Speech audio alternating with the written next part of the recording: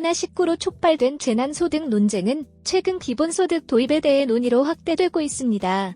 기본소득은 모든 국민에게 조건 없이 정기적으로 일정 금액을 지원하는 제도입니다. 노동하지 않는 국민에게도 정부가 최소한의 인간적인 생활을 보장해줘야 한다는 취지입니다. 스위스, 핀란드 등 일부 국가가 시험 중이지만 막대한 재원 문제와 사회 생산력 저하 가능성 등 부작용에 대한 우려도 상당하죠. 2020년 5월 6일 핀란드 정부는 기본소득 정책 실험 최종 결과 보고서를 발표했습니다. 핀란드는 2017년부터 2년간 25살에서 58살 실업자 중 2,000명을 무작위 선발해 매월 560유로 기본소득을 주는 실험을 전개했습니다. 결론은 기본소득 제도가 근로의욕을 고취시켜 실업률을 개선하는 데는 실패한 것으로 나타났으며 수급자들의 복지와 삶에 대한 만족도는 상승한 것으로 나타났습니다. 2017년 11월부터 2018년 10월까지 기본소득을 받은 수급자들의 1년간의 취업 효과를 2016년 11월 기준으로 기본소득 대신 실업수당을 받는 사람들과 비교했습니다. 비교 결과 실험 첫 해엔 기본소득 수급자 그룹과 비수급자 그룹에서 각각 18%가 근로활동에 나섰습니다. 핀란드 정부는 기본소득의 취업 효과는 작았다고 인정했습니다. 하지만 기본소득 수급자들은 비수급자에 비해 정신적 긴장과 우울, 슬픔, 외로움을 덜 경험했다고 밝혔죠. 사회복지제도가 잘 갖추어진 핀란드 정부가 기본소득 실험을 한 이유는 북유럽에선 실업수당의 임금 대체율이 높다 보니 일자리를 구하기보다는 실업수당에 안주하려는 분위기가 만연돼 있기 때문이었죠. 핀란드의 실업수당은 최소월 724유로로 최대 500일 동안 지급받을 수 있습니다. 2016년 당시 핀란드 우파 정부가 기본소득 제도를 내세운 것도 이런 이유에서였으며 노조의 지원을 받았던 야당은 기본소득 도입에 거세게 반발했습니다. 실업자들에게 높은 수준의 실업수당 대신 조건 없는 기본소득 지급을 통해 저임금, 비정규직 일자리라도 취업하도록 근로의욕을 고취시키겠다는 취지였습니다.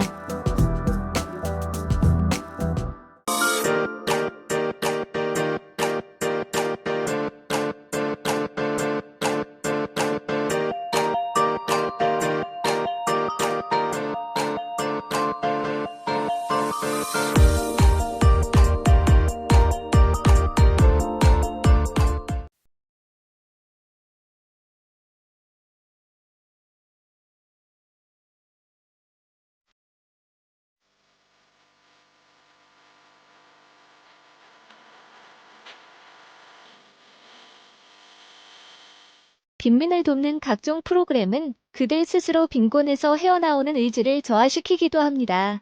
정부는 빈민의 생활고를 덜어주기 위해 모든 가구에게 최저 소득을 보장해준다면 어떤 효과를 가져올까요? 그동안 열심히 일해서 돈을 벌던 모든 사람들은 근로의욕이나 구직의욕을 상실할 것입니다. 그들이 1달러를 더 벌면 정부 보조금이 1달러 줄어들기 때문입니다. 이것은 사실상 정부가 추가 소득의 100%의 소득세를 부과하는 것과 마찬가지죠. 빈민 지원 프로그램의 부작용은 가설에 불과합니다. 그러나 이런 효과가 현실에서도 많이 나타나고 있죠. 생활보호제도, 저소득층 의료부조, 식료품 교환권, 근로장려세제 등은 가난한 사람들을 돕는 프로그램이고 모두 가구 소득에 기초한 것입니다. 따라서 가구의 소득이 증가할수록 이들은 프로그램의 보호 대상에서 제외됩니다. 사실 이런 혜택을 모두 받는 가게는 대단히 높은 한계소득 세율에 직면하는 셈이죠. 결국 정부가 가난한 사람을 돕는다는 것이 오히려 이들이 일하는 것을 억제하는 셈입니다. 비판하는 사람들은 이러한 프로그램들이 이들의 지역의식을 변화시키고 빈곤 문화를 창조한다고 지적합니다. 이런 문제를 해결하는 방법으로 저소득층 가계의 소득이 증가함에 따라 보조금을 점진적으로 감소시키는 것이 있습니다. 이 방법은 근로의욕을 어느 정도 낮추기는 하겠지만 앞의 프로그램처럼 근로의욕을 완전히 없애지는 않습니다.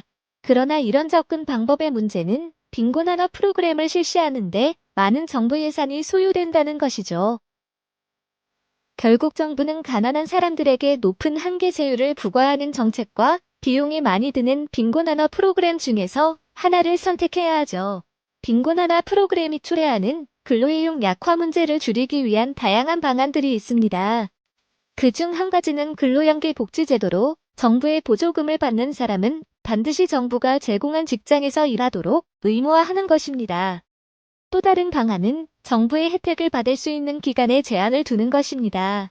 이 제도는 1996년에 미국 복지제도 개혁 법안에 반영되었습니다.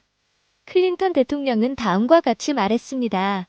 복지제도는 기회를 다시 주자는 것이지 이것으로 먹고 살라는 것은 아닙니다.